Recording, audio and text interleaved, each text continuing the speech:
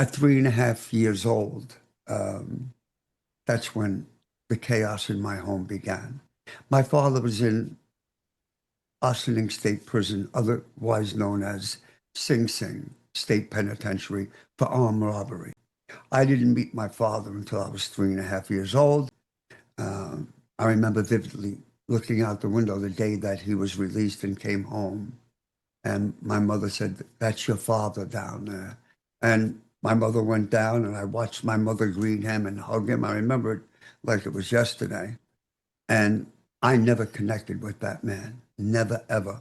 The first thing that happened, and this is very significant in the issues that I was I was led to confront in my recovery world, because recovery is not about the drug or the alcohol.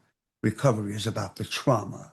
Recovery is about the, the ego development, the ways in which we protect ourselves growing up, protecting ourselves from the shame of a family like mine and the disgrace that my family felt as a result of my father's addictions.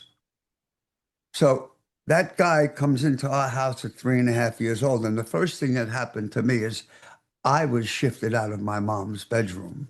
I went from a 3.5-year-old child sleeping in my mom's room to now I was put in a room with two older brothers. Before my father came out, there was peace and order in our home.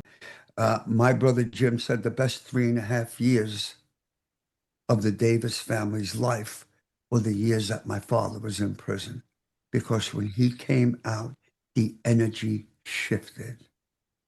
And this is where the 3.5-year-old boy started being contaminated with seeing the destruction of addiction.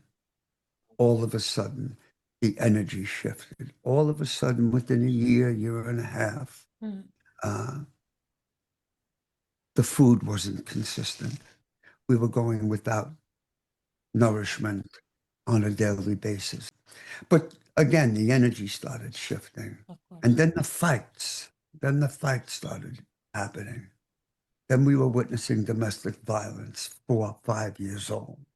That's when I started feeling anxiety and fear for my mom.